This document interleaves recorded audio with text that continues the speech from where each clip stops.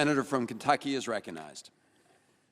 Pork barrel spending elicits images of politicos, fists full of cash to be passed out to the special interests. Pork barrel spending sounds bad and smells worse. Pork barrel spending is the original sin of Congress that big government types can't rid themselves of, can't rinse themselves clean of. Pork barrel spending is the grease that eases billions and trillions of deficit dollars to follow. What did our founders have to say about pork barrel spending, about earmarks? Well, the Constitution is quite clear. Taxation and spending are only allowed if they are for the general welfare. Justice Story, in our history, ruled that the General Welfare Clause was not a general grant of unlimited powers, but rather a limiting clause that meant that government taxation and spending must be for the general welfare of the people, not for parochial interest. It's not for a sex club in Philadelphia. It has to be for the general welfare of all people in the United States. It's not for a parade in Detroit. It's for the general welfare of people. The earmarks are pork barrel spending, and they are not included in the Constitution. Justice Story referred to Jefferson in reaching this conclusion. Jefferson wrote that the laying of taxes is the power and the general welfare is the purpose. So you can tax people generally, but you have to spend the money generally. It has to be what's good for everyone in America. It can't be good for Bubba Gump's Shrimp Museum in Louisiana. It can't be good for sugarcane in Louisiana. It's supposed to be for the general welfare of the entire United States. That's what Jefferson said. He said that to lay taxes ad libitum for any purpose they please, it shouldn't be so, but only to pay for the debts or provide the general welfare of the Union. Jefferson continued, in like manner, Congress is not to do anything they please to provide for the general welfare, but only to lay taxes for what truly is for the general welfare of everyone in the country. Madison argued that spending must be tied to the specifically enumerated powers in Article 1, Section 8 of the Constitution. Why would the founders have written the Constitution and said, we have specific powers that we're allowed to spend money on? Why would they write those specific powers and then say, oh, well, whatever, just spend money on whatever you want to spend it on? They wrote these specific powers because that's what they intended us to follow. The 9th and 10th Amendment said, if the powers weren't granted to Congress, they were left to the states. A lot of these earmarks could be funded by the states, but states have to balance their budget. Why do the earmarks bump from the state to the federal government? Because there's a printing press up here, and it's going full stop 24 hours a day, printing, printing, printing, and putting the next generation into debt. If you read Article 1, Section 8 that enumerates the powers for spending in the Constitution, you will find no references to funding organizations that host sex parties. The senators from Pennsylvania stuck an earmark in here for an organization that has public sex parties with whomever, whenever, groups, no numbers, in a public forum.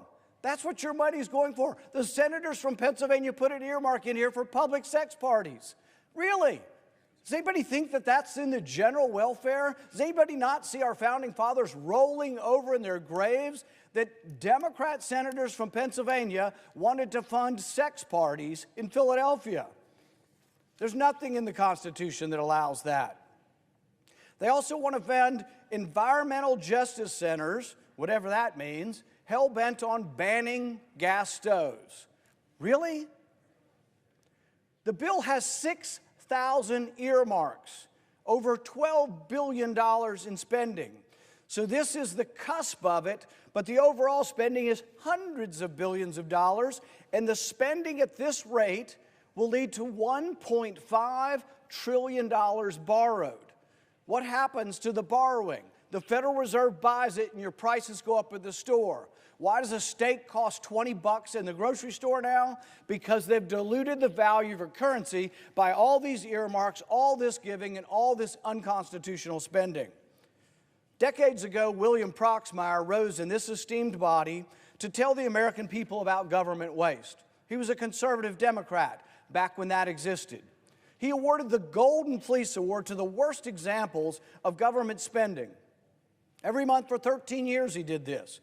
Among the things he pointed out, a $27,000 study to investigate why prison inmates try to escape. Really? We couldn't figure that one out on our own? A $6,000 guide on how to use Worcestershire sauce.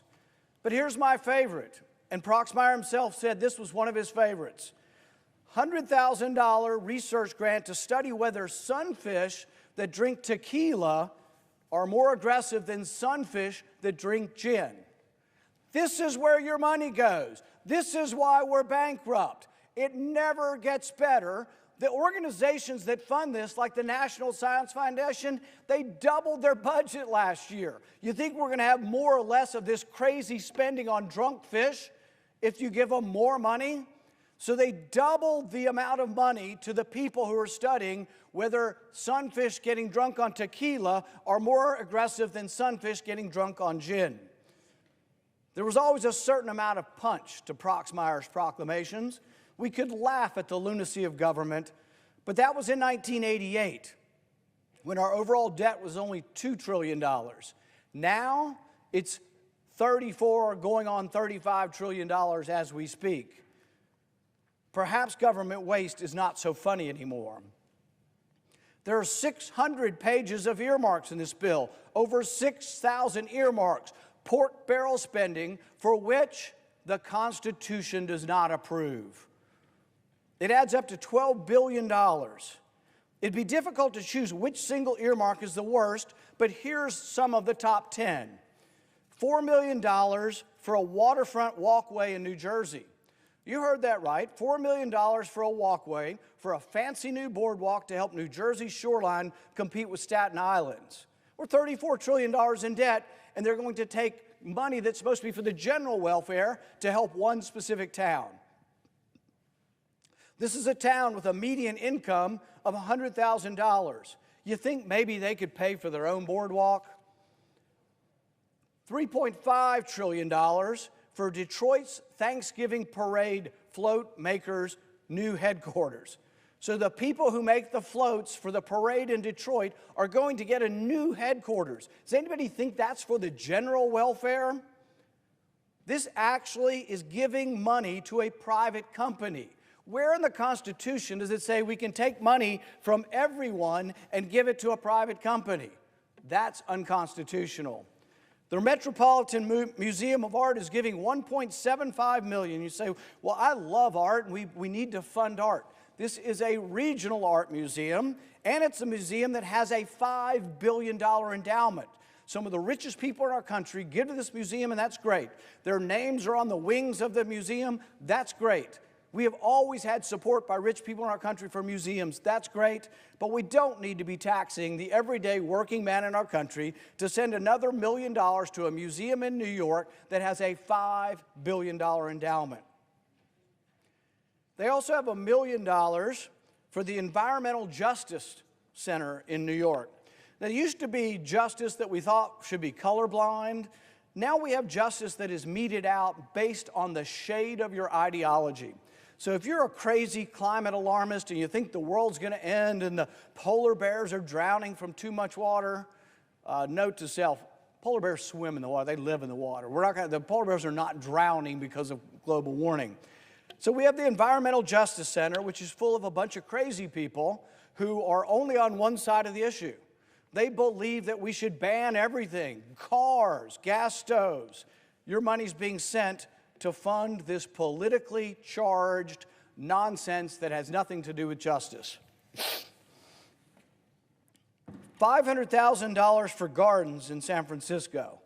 Now, I understand the smell is bad in San Francisco from the human feces, from the waste, from the trash, from the litter, from the drug addicts that strew all of their needles across the place. It's a bad deal in San Francisco. But you know what? They need to clean their city up. They don't need to be asking for taxpayers in Kentucky and around the country to plant flowers for them to obscure the smell of their problem because they've let their city go to rot and ruin. $1 million to a nonprofit in Minnesota to build a coffee shop for refugees. Think about this. You've just come to this country. Many of these are good people. They're some of the best Americans. They just got here, but we want to teach them about America. So instead of teaching the frugality of someone who's new that doesn't have much money, that you go to the grocery store and for 26 cents a cup, you can make your own coffee. Instead, we say, why don't we give $1 million to a refugee center so they can have a coffee shop and serve up $7 lattes to teach the immigrants that this is what's great about America. No, it's great about America to get $7 lattes when you're paying for it, not when the government's paying for it. $500,000 for a cybercrime vehicle for the Honolulu police. Who the heck knows if that's a competitive price? But for $500,000, you can apparently get 2 Ferraris, 10 Teslas, and 20 Toyotas. The question I have about cybercrime is, are they using warrants? Are they eavesdropping on all of us? Or are they actually doing warrantless searches of innocent Americans? But this is not something the federal government should be funding. $1.2 million earmark for bike paths in Rhode Island. Look, I'm a bike rider. I like bike paths as much as the next person. They should be funded locally.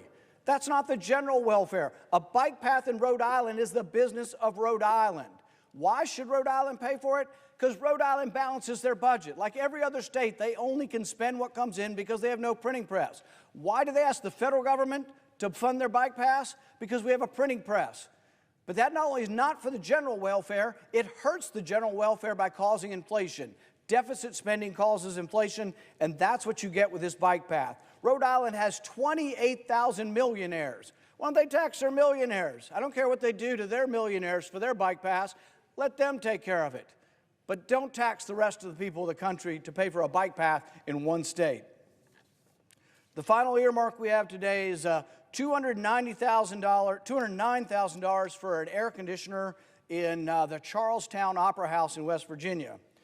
Now, you might ask yourself how that is of general interest or of the general welfare, and you would be right, it's not. It's very parochial.